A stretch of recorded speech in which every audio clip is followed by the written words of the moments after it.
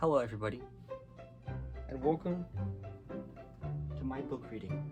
Now first, before I start my book reading, I would really like to compare this book to Chicken Little. I hope it lives up to Chicken Little. I hope Harry Potter and the Goblet of Fire lives up to the awesomeness that was Chicken Little.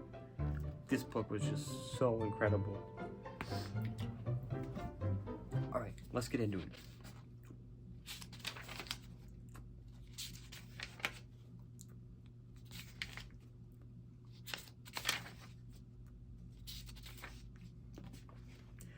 The villagers of Little Hangleton still called it the Riddle House, even though it had been many years since the Riddle family had lived there. It stood on a hill overlooking the village, some of its windows boarded, tiles missing from its roof, and ivy spreading unchecked over its face.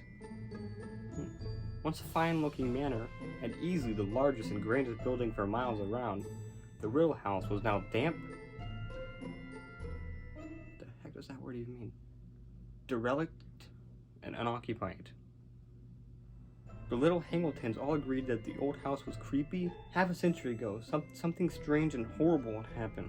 Something that the older inhabitants of the village still liked to discuss when topics for gossip was scarce. Every version of the tale, however, started in the same place 50 years before. At daybreak on a fine summer's morning, a maid had entered the drawing room to find all three riddles dead. The maid had run screaming down the hill into the village and roused as many people as she could. Lying there with their eyes wide open, cold as ice, still in their dinner things? Wait, what? What's a dinner thing? He was screaming so loudly that he never heard the words the thing in the chair spoke as it raised a wand. There was a flash of green light, a rushing sound, and Frank Bryce crumbled. He was dead before he hit the floor. Several caught fire. The screaming grew louder. The floating people were suddenly illuminated as they passed over a burning tent.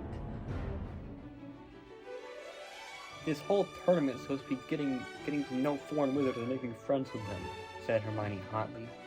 No, it isn't, shouted Ron. It's about winning. People were starting to stare at them. Ron, said Harry quietly. I haven't got a problem with Hermione coming Crumb, but Ron ignored Harry too. Why don't you go and find Vicky? He'll be wondering where you are, said Ron. Don't call him Vicky! Hermione jumped to her feet and stormed off across the dance floor, disappearing into the crowd. It was the Grindylows. They attacked me. Oh, Gabrielle, I thought.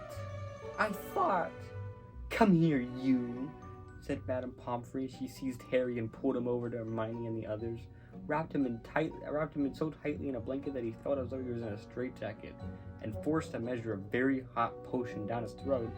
Steam gushed out of his ears.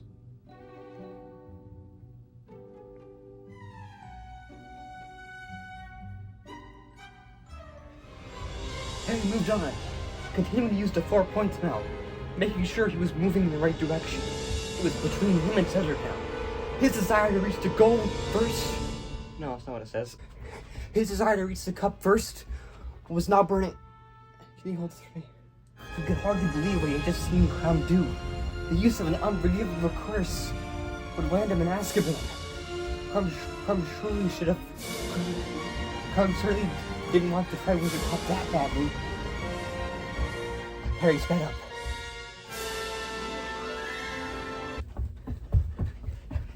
Every so often, he dashed up this one and saw a light ahead.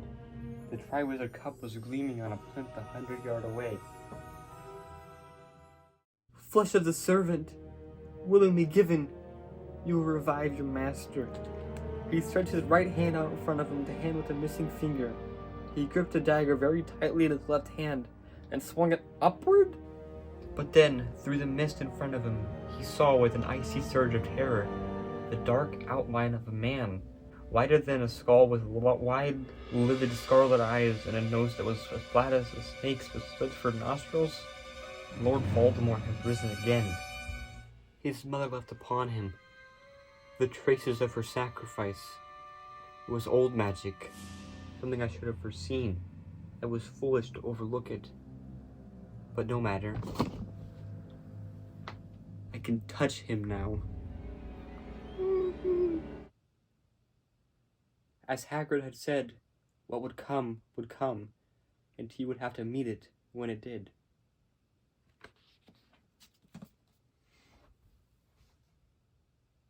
Are you kidding me right now?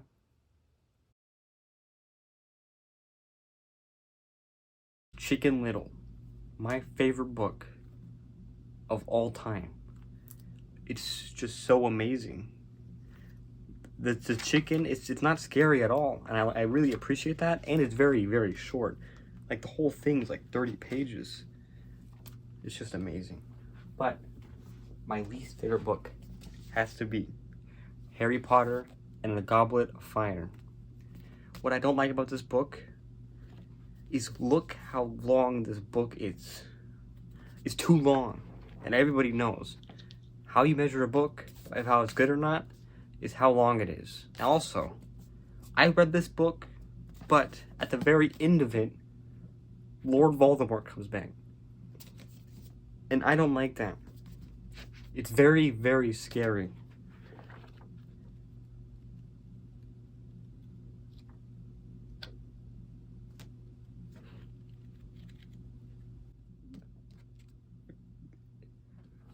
Yeah, it's very scary.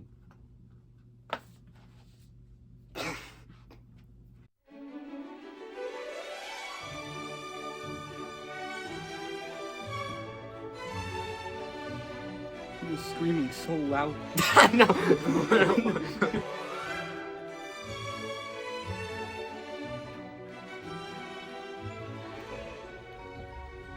Harry moved on, continuing to use the format. Let me see that. Let me see that. Okay, wait. Okay, I'm just gonna. Action. 1, 2, action. Flush of the servant. Action. Flush of the.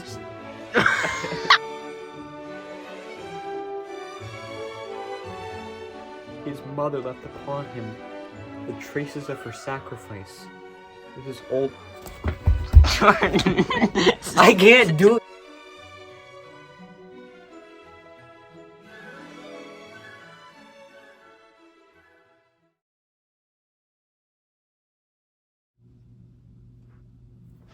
Hello everybody, I'm back. Now, it's... What do you want me to say?